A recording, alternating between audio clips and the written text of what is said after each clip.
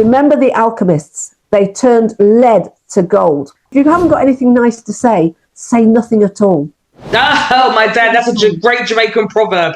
My dad always used to say that to me. If you haven't got nothing nice to say, don't say nothing at all. My chronological age is 58. My biological age is 32. Welcome. My name is Natalia Nicholson. I'm the founder of Women in Digital Business, and I've been coming to you pretty much daily with interviews from our speakers from the top 100 most powerful Black women summit. Today, we have got the courageous, the witty, the intelligent, the educator, Lynda Smith, with us here today, who's going to be telling us about her story and what you can look forward to in the masterclass. So without further ado, Lynda, please tell us about yourself and your story. We cannot wait. Thank you. And that is what I have learned to do, is to accept that praise and recognize how amazing and powerful I am. And this is exactly what I do for the women that I work with. I'm Lynda. I'm a self-love and empowerment coach, and I've now added rejection alchemist to my title because I have learned how to turn that painful no into gold. Confidence, clients, cash flow, everything wonderful that you can think of. And my background is actually journalism. I worked at the BBC for 21 years, and I was really good at my job, and I didn't realize how good I was until I left. Again, it's not recognizing your power and how good you are at the things that you do. And I was always moving sideways. And then the thing that cut me to the core was, oh, Lynda, you're a safe pair of hands. And I was training people up. They would end up, there were people who've been on Strictly Come Dancing, the Breakfast TV sofa, all of these amazing positions, people that I trained up, and they would get the job. And I would always hear, oh, you need more experience. And it's like, well, if I need more experience, why, how am I managing to train people up to get the job that I need more experience for? So it's really frustrating. And then you are a safe pair of hands just cut me, and so I took my safe pair of hands out of the building. Good for you. Sorry. Left yours on the floor. So then, the day I decided to take redundancy, and on that day that I signed the paperwork, 10 years I spent thinking, I'm going to leave, and then on that final day, signed the paperwork, and I got a call from a friend who was working in higher education. She was a lecturer in journalism, and I ended up stepping into her role because she left. And again, the pressure, the weight of the work of supporting students who looked like me, and being the only one who looked like me to do this job, and feeling like there was a real pressure. I call it representation burnout. It's where you feel you're representing. And you're not just representing yourself, you're representing every single Black woman, every single Black person that is on planet Earth. Because you make one step wrong, or you make a mistake, because we are human, we make mistakes. This is how we learn, this is how we grow. You do that, and it's like, oh, and I've heard it, oh, we're not going to, oh, no, we had one, and she messed up. And I literally heard that. I was organising to get a magazine in, Black Women's Magazine in, to talk to the students, because they had created something for themselves. They looked out there, it's not there for me, let me create something for myself. And I mentioned it to my line manager, and he said, oh no, we invited them last year, it was very embarrassing, they didn't show up. And I thought, oh my goodness. So this is what I work on now, is to help women to find their confidence, find their flow, own their voice, and be empowered to go for what they want, and know that they can celebrate every single step, and that they don't take these rejections as you're not good enough. They take it as a sign of, oh, rejection is redirection, rejection is recalibration. What is this? What can I learn from this? Where can I go with this?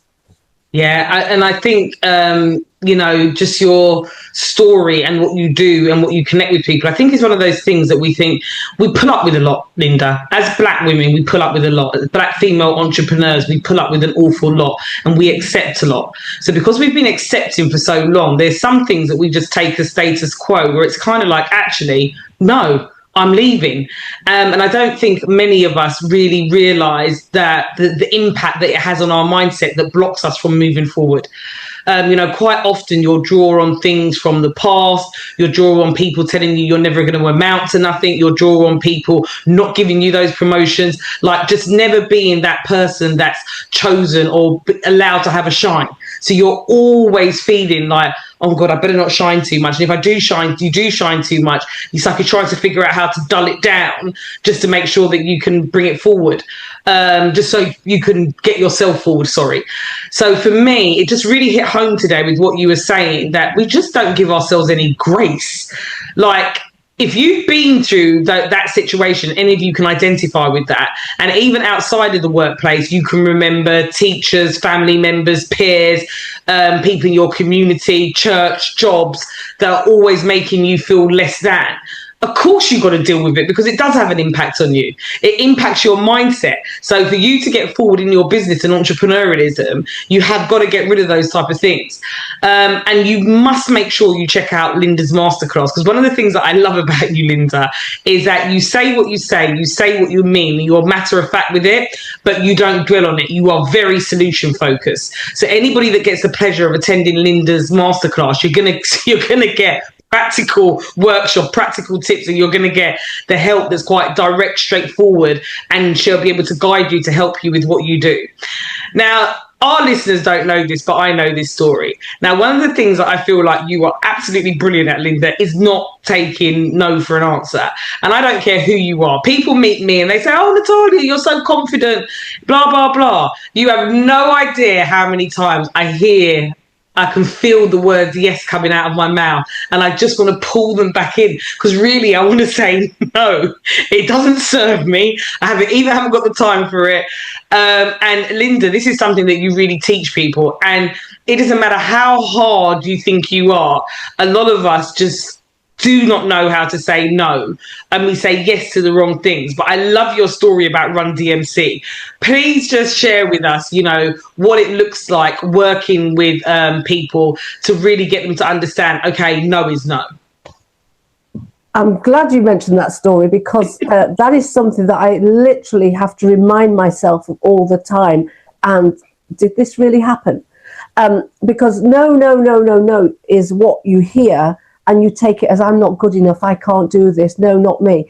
And so what happened was, I was at university, and I wasn't sure what I wanted to do. And I got involved with a group of people who wanted to set up a radio TV station at Leeds University. So this is back in the 80s, long, long ago, before many of you were born.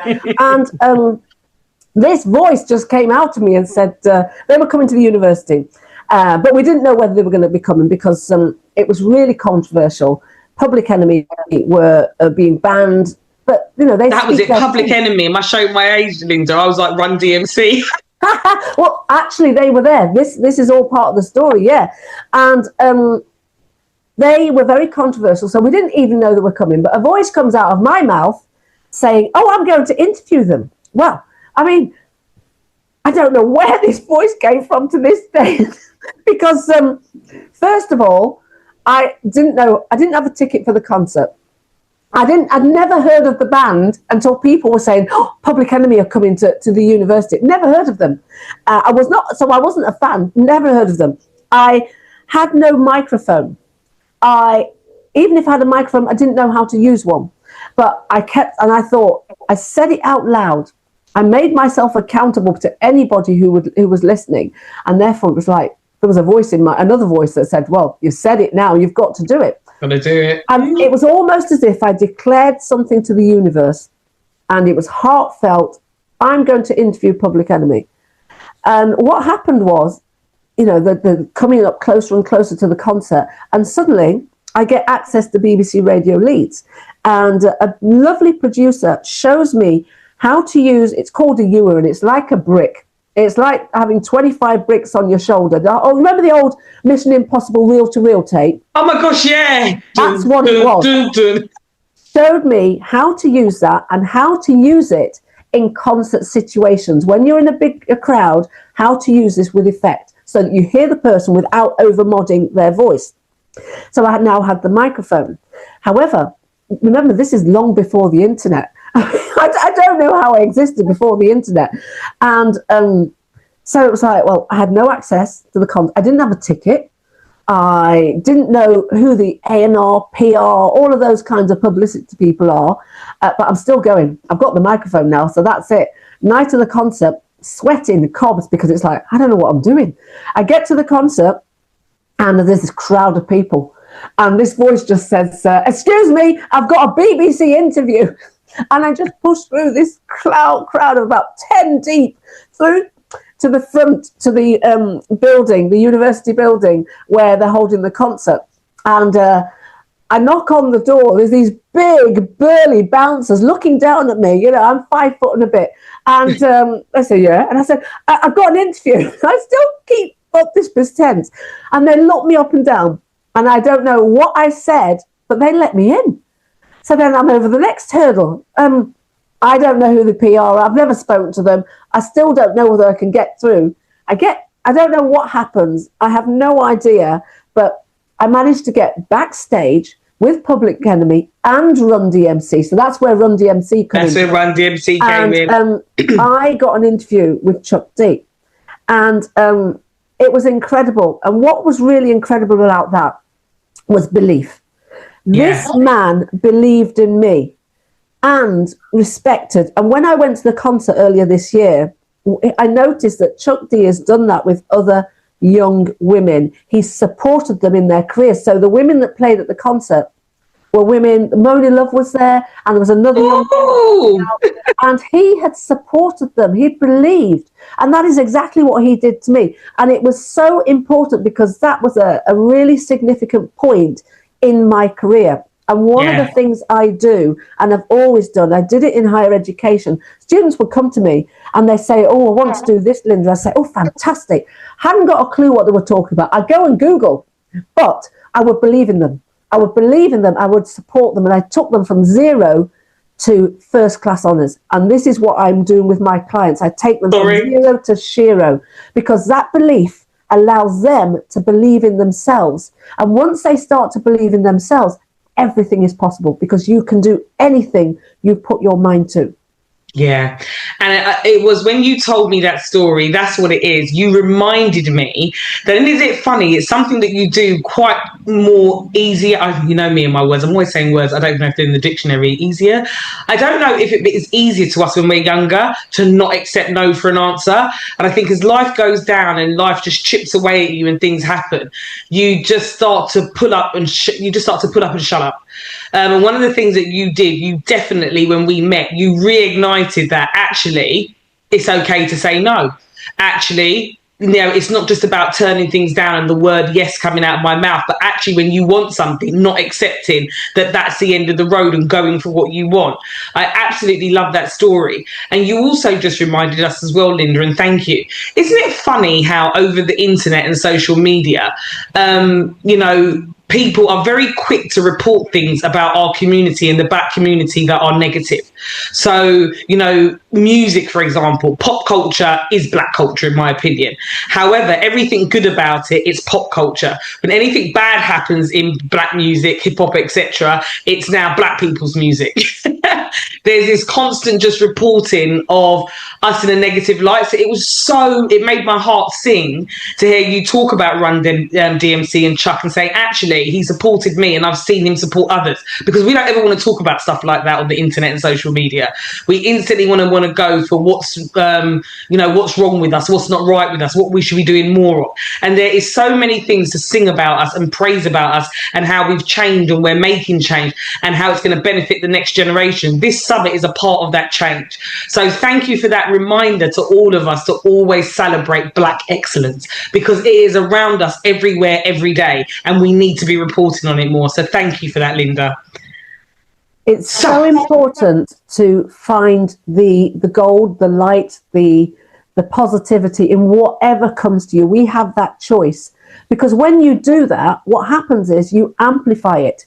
And that's what you see more of, and that's that's more of what comes your way, is the gold, the light, the beauty. So it's so important, and especially within our community, support. And basically that old line, if you haven't got anything nice to say nothing at all. Oh, my dad, that's a great Jamaican proverb. My dad always used to say that to me. If you haven't got nothing nice to say, don't say nothing at all. Treat others like how you wanted to be treated, and don't do things for what you're going to gain. Do it because you want to do it out of the goodness of your heart. Absolutely. And when you shift that attitude, because one of the things I learned as well very quickly was I read a book. It's called The Dark Side of the Light Chasers. And we criticize ourselves all the time. Yeah. Even when we are criticizing other people, we are criticizing ourselves. And every cell in your body is eavesdropping on what you are saying about yourself. So you imagine the impact of all that negativity on you as a being. And this book talked about how we're all the same. And if you can see that person as a mirror, what is it that you don't like about that person? What's triggered you? And then flip it. What do I get to learn about myself? Then you start to criticize people less, and you start to like yourself more. And it's empowering. And so this is where I come from now, is that more, if I look at somebody and it triggers me, I think, right, okay, what do I get to learn? What do I get to expand more on? Do they feel quite arrogant? Do I need to be a bit more arrogant? Do I need to dig deep and be more arrogant and showcase myself more? And often that's what it is. We're suppressing who we are through those stories, and therefore, be your true, authentic self. Have to be. You absolutely have to be. Oh, Lynda, I tell you what, I think we need to have a talk show one day. Oh, absolutely. Oh, I'd love that. We are so aligned in so many different ways. And I'm just so happy to have you as a part of the summit. So please do tell us what to expect from your masterclass at the summit. And Lynda is also kicking off the summit. Okay? I'm going to be having my, I was about to say Mr. Motivator. Am I showing my age again, Lynda? Your oodle's younger than me, and this is the thing. My chronological age is 58. My biological age is 32, and I'm aiming to get that down. And as Black women, yes, we look younger, and this is all part of what I do, is we get to lower our inner age. We hold so much, we carry so much, and all of that pain of rejection is making us like this. It's making us all wrinkled and crinkled. On the inside, it's aging us. So if we can start to let go and shift and alchemize it, honestly, you ladies, you're going to leave this summit at probably about the age of 15. So I love it. So my masterclass, it's all about it's rejection alchemy. Remember the alchemists. They turned lead to gold. We are turning the lead weight of rejection to gold. Confidence, clients, and cash flow. And it is absolutely possible. My clients have quantum leapt. And when I say quantum leap, I mean that they've shifted from one person to a completely different person. One of them it was overnight. And in 8 weeks, he said, Lynda, you changed my life. I didn't do the work. He did the work. And that's the thing. I say he wasn't even on my typical range, but he saw an opportunity and he jumped in. And this is the thing, women, jump in at the opportunity, because when it knocks, it's meant for you. Open up that door, step through. So it's all about transforming that painful no. And I know the pain, and I am very vulnerable. And I share my vulnerability. There's a picture in the masterclass of me in tears. And this was right after this deep, deep rejection that shifted me. It was like pain.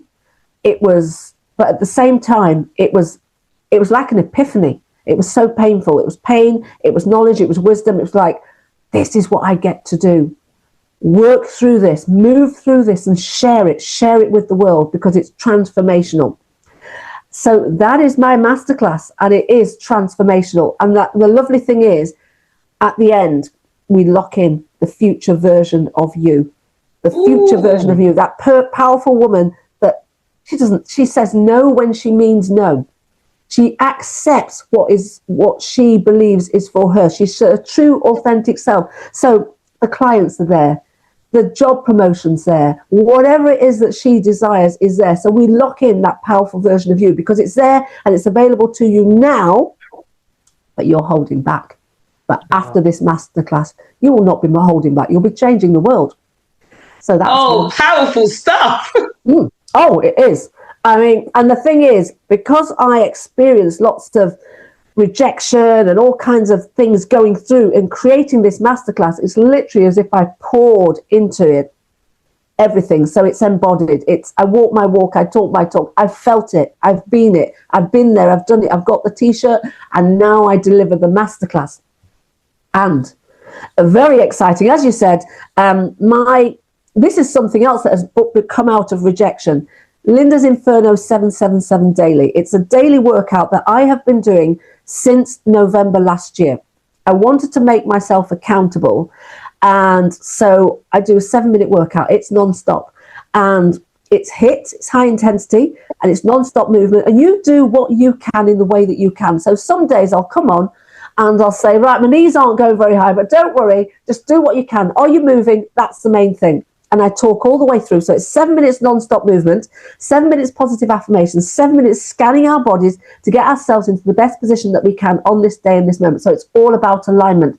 So what I do in the mindset work and what I do in the physical work, it's about aligning ourselves. It's about shifting that negativity and allowing ourselves to be open to receive the glory and the good that we deserve. And this 7-minute workout, I literally talk all the way through as well, by the way.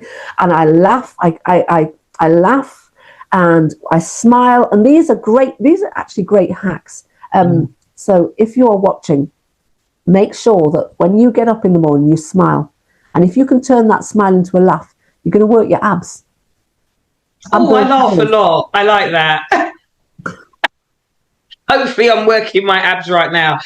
You make sure, I can't even get the words out. Please make sure that you register for Lynda's masterclass. You can hear and feel that you're going to get a lot and you're going to leave with an awful lot.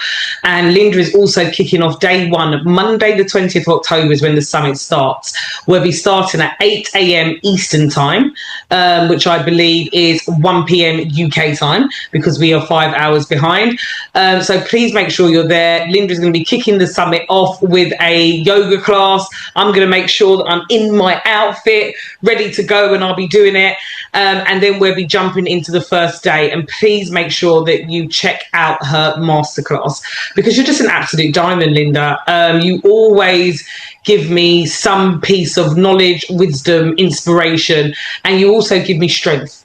That's one of your superpowers for me. You just remind me how much strength that I've got in how vulnerable you are. You automatically make others feel vulnerable. So thank you for being with us today. Thank you for blessing us with the kicking off the summit as well. That's going to be a really great 20-minute session to get your blood going. And yeah, just looking forward to your masterclass. It's a pleasure to welcome you to the top 100 most powerful Black women family, Lynda. Absolute honour and pleasure.